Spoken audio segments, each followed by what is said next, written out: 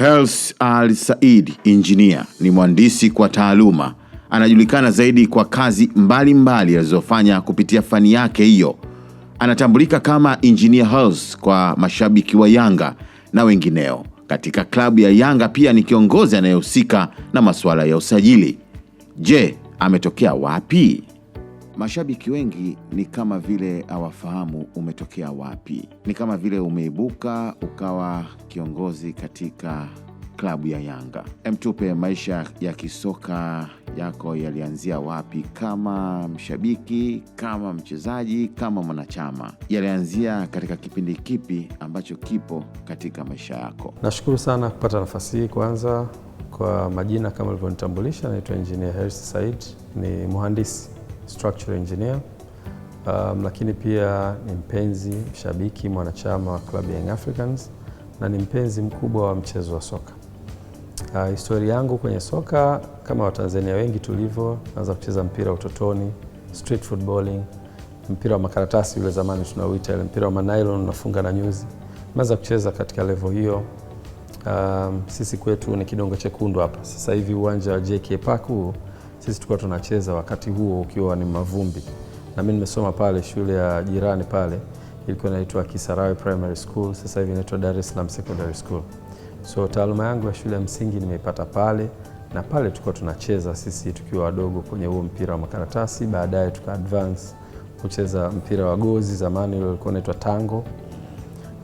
Katika level ya shule nimecheza mpaka kwenye level ya kituo. Zamani kwa kuna mashindano yale ya UMITASHUMTA, cheza mpaka kwenye level ya kituo. Tulikuwa tunacheza shule ya Uhuru pale Mchanganyiko. Baadaye tukatoka pale nikachaguliwa, tukawa tunakwenda Pugu. Zamani tunacheza pale kama timu ya kituo cha Ilala. So nimecheza kwenye level, lakini pia baada ya ku advance wakati sekondari nimecheza pia mashindano yale ya UMISETA, lakini pia wakati nasoma chuo nimecheza yale mashindano yanaitwa Shimivuta, mashindano ya vyuo vikuu Tanzania, na mara 3 tumekuwa mabingwa wakati nasoma Media IT pale.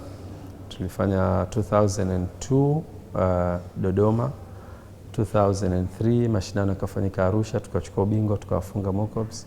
Na finali hiyo nikukumbushe ya 2002 tulicheza finali na CBE ambayo ilikuwa na kina Ali Mayai, timu kubwa, tukawachapa pale Jamhuri Stadium Dodoma. So nimecheza kwenye level ya kawaida, sikuweza kucheza professional, lakini pia baadaye tuka move kwenda Ilala, tukahama, tulikuwa tunaishi maeneo ya Kariakoo. Tuka move kwenda Ilala, cheza timu za mitaani, timu kama Dar Star na Bom pale tulikuwa tunacheza kwenye timu uwanja wa Garden pale Ilala.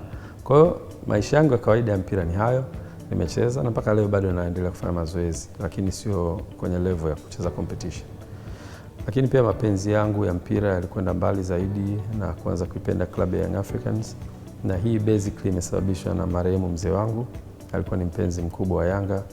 Nakumbuka miaka ya 90 mwanzoni, 91, 92, kwa tunakaa hivi tunamsikiza mzee, mimi na mzee tunasikiliza mechi ya Yanga na Simba kwenye radio miaka hiyo. Na kilikuwa ni kitu ambacho tunakirithi kutoka kwa mzee, kwa sababu alikuwa na mapenzi makubwa na timu hii, na kutoka kwake na sisi watoto tumerithi. Kwa hiyo naweza kusema familia yetu yenye watoto 7, wote 7 pamoja na mama, wote ni Young Africans. Umeelezea vizuri sana kuhusiana na mtiririko huo. Wakati uko katika timu ya Bom, naamini kabisa nafasi kubwa uliokuwa ukicheza ni ya ushambuliaji. Na katika nafasi zote za formation za mpira wa miguu kuna beki, kuna kiungo na mshambuliaji. Kwa nini uliamua kucheza katika nafasi ya ushambuliaji?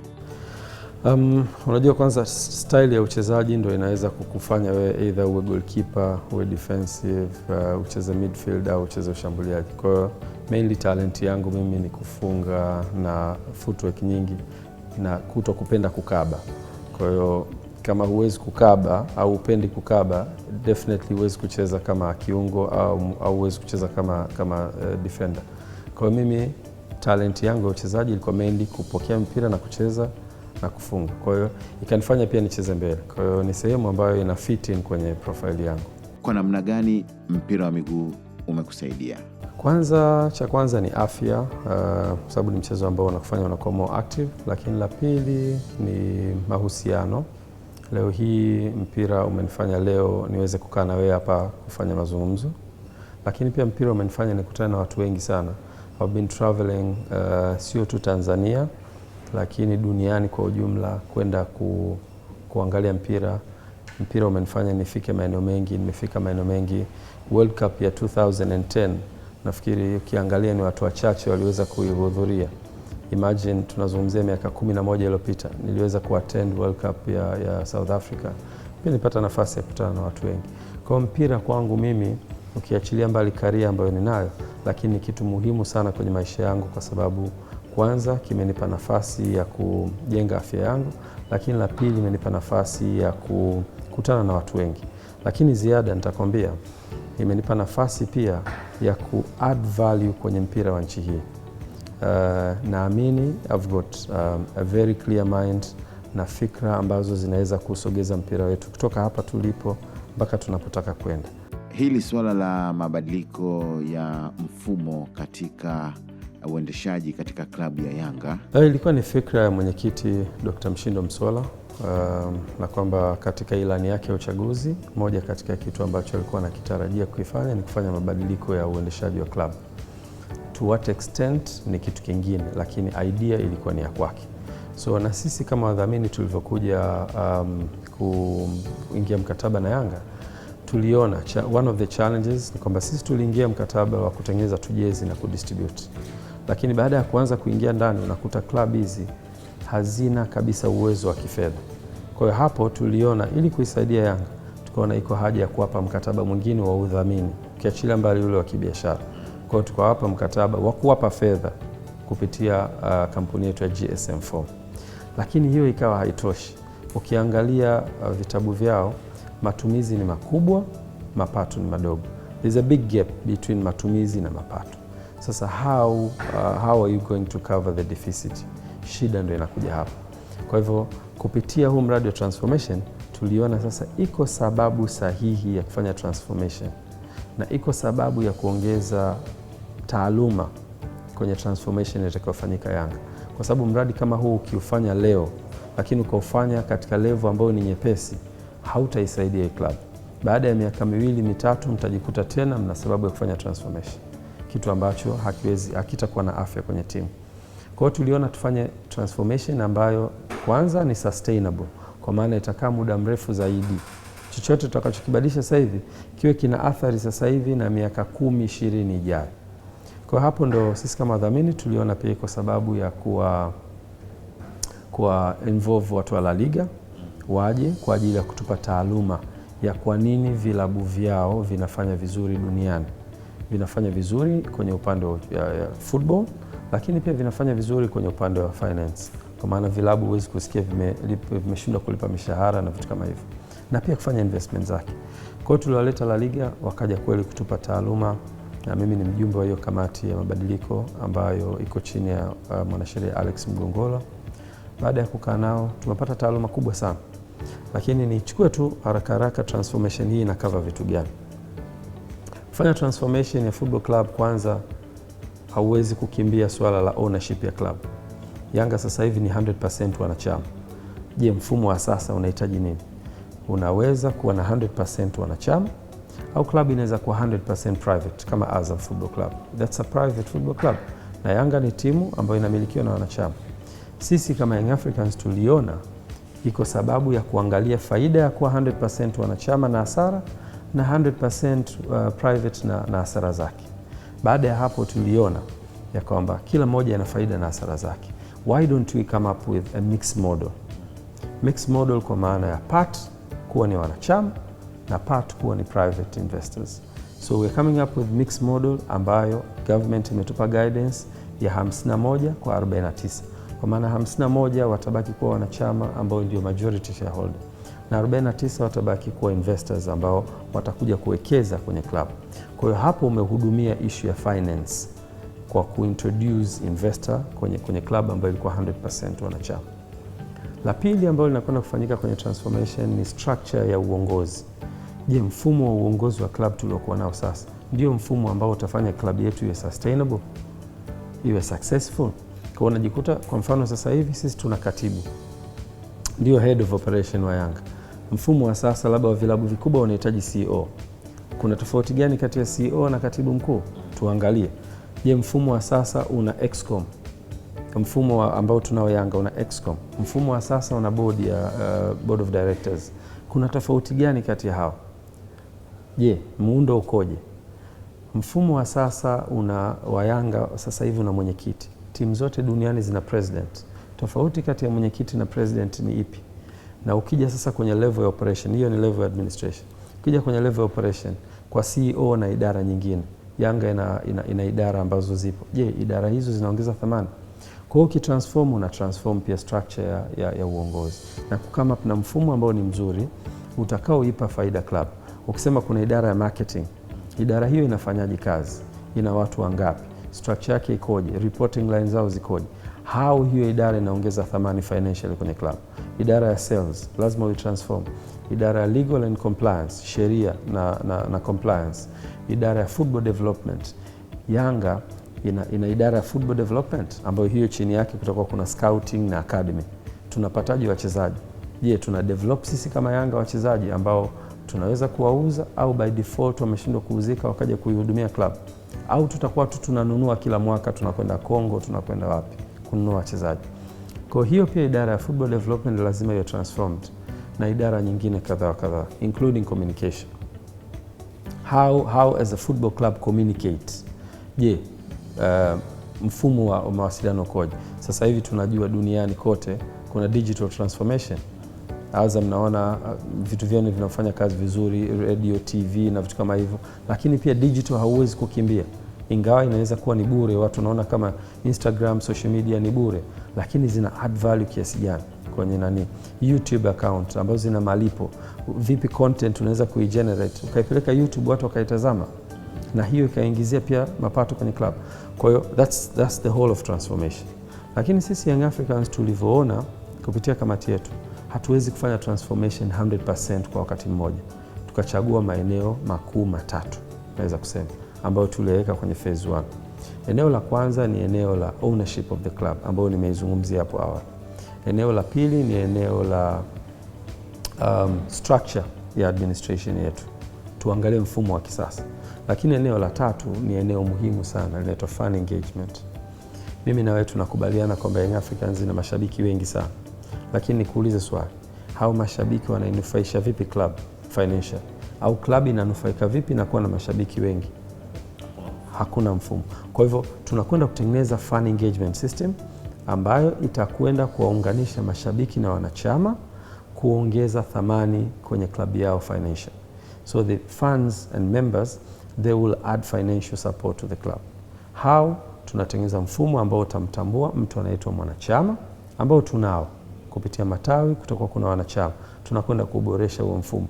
Lakini la pili, tunakwenda kufungua milango ya watu wanaoitwa mashabiki, na wao pia watakuwa ni sehemu ya club. How? Kupitia njia nyingi tutawafikia. Mimi na wewe tunakubaliana, inawezekana wewe pia unaipenda Yanga, lakini sio mwanachama. Niulize kwa nini? Kwa sababu kulikuwa kuna urasimu kwenye kufikia level kwa mwanachama.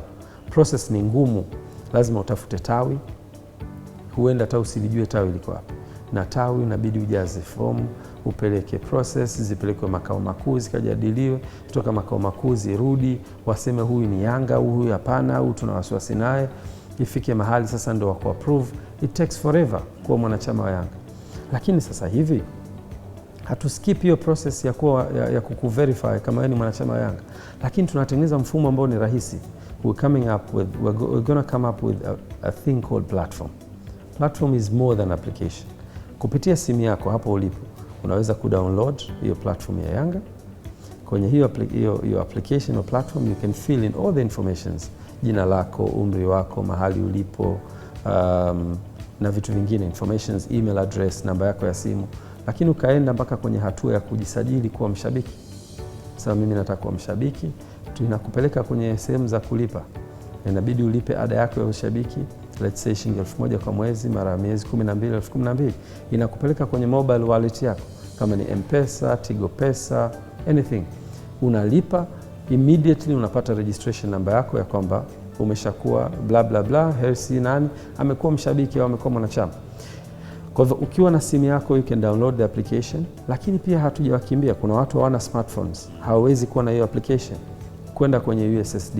So we're coming up with USSD kama zile za M-Pesa tunafanya *140 *40#, inakupeleka pia kujaza taarifa zako na mwisho wa siku kuwa mshabiki au mwanachama. Na hizo taarifa tunazi integrate na mfumo wa kadi, tunakuletea kadi ya kutambua kama ni mwanachama au mshabiki. Kwa hii fan engagement inakwenda moja, kuwaunganisha wanachama na mashabiki na klabu yao, lakini la pili inakwenda kutengeneza revenue ya mapato kwenye klabu. Ikiweza kutengeneza revenue ya mapato kwenye klabu, maana yake klabu inanufaika na huyu mshabiki ambaye amekuwa akiipenda klabu yake na akiitakia mafanikio. Na mwisho wa siku klabu pia itakuwa na mamlaka ya kumtambua yule mtu kwa kumpa kadi. Ile kadi nataka nikwambie ina faida kubwa zaidi kuliko ule mchango ambao yule mwanachama au mshabiki ameufanya. How? Kwa mfano sasa hivi ukishakuwa na kadi yako ya Yanga, ambayo kadi hiyo tuna mkakati mzuri sana. We've done a detail analysis na kuanza mahusiano na kampuni inayoitwa N-Card, ambayo ni kampuni ya serikali inayofanya majukumu makubwa sasa hivi ya kutengeneza kadi zile za kuingia uwanjani. So tumeengage system yetu na N-Card. N-Card tutafikia hatua ya kusaini nao agreement hivi karibuni, agreement ambayo itatufanya sisi tupate kadi ambazo moja zinakupa access ya kuingia uwanjani, lakini ya pili ile kadi inakuwa customized kwenye level ya kuwa na muonekano wa Young Africans.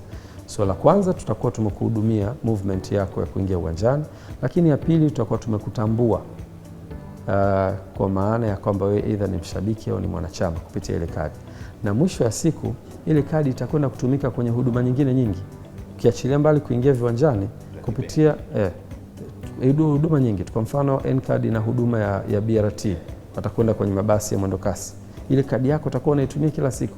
Kadi ile pia utaitumia kwenye vivuko, kadi ile utaitumia kwenye Sabasaba, kadi ile pia tutakwenda kwenye level ambayo tutazihusisha let's say petrol stations na huduma nyingine, GSM malls na malls nyingine, kwamba kadi ile ukienda you get a discount. Umenunua kitu cha kiasi kadhaa unapata discount. So itakuwa ni kadi ambayo inamuengage mwanachama wa Yanga katika maisha yake ya kila siku. Lini mpango huu wa fan engagement unaanza? Kwa sasa katika transformation yetu tuliweka hatua kadhaa. Ya kwanza, kamati ikaundwa. Ya pili, tukawashirikisha La Liga kama consultant, tukafikia hatua ya kuproduce report ya mabadiliko, mapendekezo ya mabadiliko, ambayo ripoti hiyo tulikabidhi kwa mwenyekiti Msola kwa niaba ya Excom.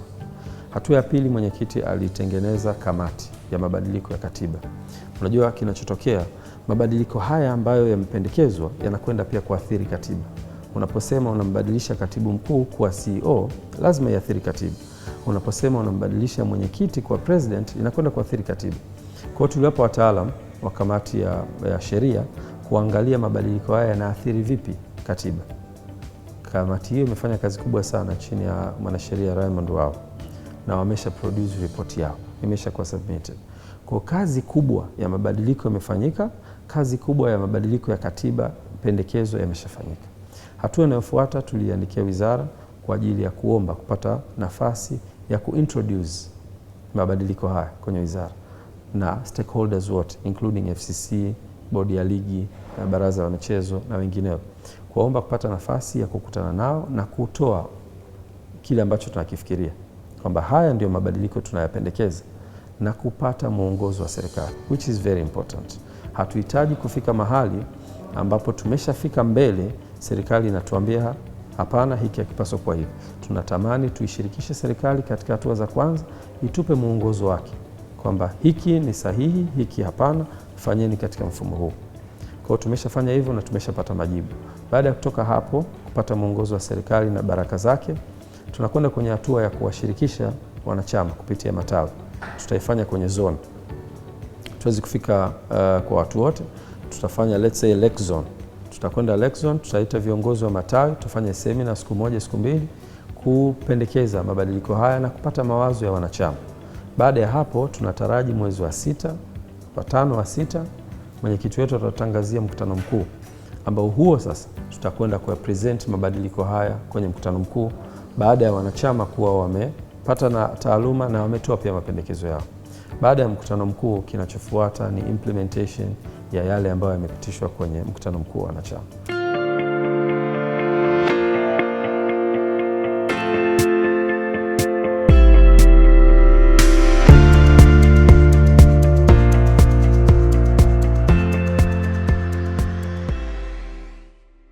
Umehusika katika swala la usajili katika kipindi cha hivi karibuni katika klabu ya Yanga. Je, unahisi unakidhi mahitaji ya mashabiki? Kwanza niseme kitu kimoja. Sisi kama wadhamini tuna nafasi yetu ya kusimama kwenye usajili, na kutokana na kwamba club haina mfumo sahihi au mfumo ambao uko straightforward kuelekea kwenye usajili usajili katika process ya kawaida lazima uwe na scouting department ambayo inashirikiana na technical bench kujua mahitaji ya timu na kutafuta options locally na internationally za kuhudumia hizo nafasi. Kwa sababu mfumo huo hatuna bado na ndio tunauelekea kwenye mabadiliko haya, kamati zimeundwa kwa ajili ya kushughulika na hivi vitu, na kamati hizo zimekuwa zikifanya kazi kuangalia options. Kuna kamati ya ufundi ambayo tunayo chini ya mwenyekiti Albinos, imekuwa ikifanya kazi kubwa kuangalia options, lakini sisi kama wadhamini tumekuwa na nafasi ya kutoa msaada financial wa kusajili wachezaji hawa. Hiyo ndio role kubwa ambayo tunaicheza. Kwa hiyo jukumu letu sisi sio ku-identify nani na nani. Jukumu letu sisi tunashiriki kwenye ku-identify, lakini kazi kubwa ambayo tunayo ni sisi ya ku-finance usajili. Kwa hivyo swali lako sasa basically ulivyokuwa ukiliuliza, yes, mpaka sasa hivi ukiniuliza, I'm very satisfied na kitu ambacho tumekifanya kwenye msimu huu. Tumesajili wachezaji ambao kweli wamekuja kuongeza thamani kwenye timu yetu. Sisemi kwamba we 100% completed, kwamba hatutasajili tena na hatuwezi kuijenga timu yetu. Hapana. Katika usajili wowote wako wachezaji ambao hawata fit in kwenye mfumo. Nitakupa mfano. Kuna mchezaji kama Andriy Shevchenko. Inawezekana vijana sasa hivi wasimjue. Alikwenda Chelsea. He was a flop at Chelsea. But mimi na wewe tunajua he was a top player akiwa AC Milan. Hernan Crespo amekwenda Chelsea. He was a flop. Fernando Torres amekwenda Chelsea. He was a flop. Lakini mimi na wewe tunajua hizo top player. Hatumaanishi kwamba mchezaji aliyokuja Yanga haja perform, ni mchezaji mbovu. Lakini pia haituzuii sisi msimu ujao kuendelea kukijenga kikosi vizuri. Na leo tu kwa faida ya watazamaji, msimu huu pia tumeshaanza kufanya mambo makubwa kwa ajili ya kuandaa kuelekea msimu ujao. Na niwaandae tu watu kisaikolojia, yatakuwa makubwa mwisho wa msimu huu tutakayoyatangaza katika nchi hii. Lakini hiyo yote ni kuendelea kuijenga timu yetu. Hatujachoka na hatutachoka. Process ya kuijenga timu sio ya siku moja. Tutaendelea kuijenga kadri siku zinavyozidi kwenda mbele. Asante. Wewe pia ni kiongozi katika kamati ile ya saidia timu ya Taifa Stars. Kikozo kikubwa hasa ni nini mbali na kuitaka serikali nayo ijihusishe katika timu hii? Kitu kikubwa mimi ambacho nimekiona ni kwamba tunahitaji hamasa kubwa, na hamasa siku hizi ni fedha. Vijana wetu wapewe motivations kubwa. Federation inafanya jukumu kubwa sana la kubeba zile basic requirements, kwa maana ya hoteli, ticket zao, training facilities na vitu vingine, lakini bado tunapungukiwa kidogo. Ukiangalia hata kamati saa nyingine inabidi tu raise bonuses kwa ajili ya wachezaji. Kwa hiyo structure ya bonus kidogo haijakaa vizuri, lakini pia kikubwa zaidi ni kwamba wachezaji wetu wa national team wanabeba bendera ya taifa. Kuna hitaji kubwa sana la serikali kubeba responsibilities kubwa, na federation wapunguziwe huo mzigo wa kuendesha national team. Tutakuwa tumewasaidia sana federation, wao watafocus zaidi kwa hizo funding kidogo wanazopata kwenda kwenye development ya mpira wa nchi yetu, na serikali kama serikali ibebe jukumu la national team. Wewe ni mshabiki mkubwa sana wa Liverpool ya Uingereza. Unafikiri Liverpool iko salama msimu huu? Msimu huu bwana, tufanye vizuri kwa kweli.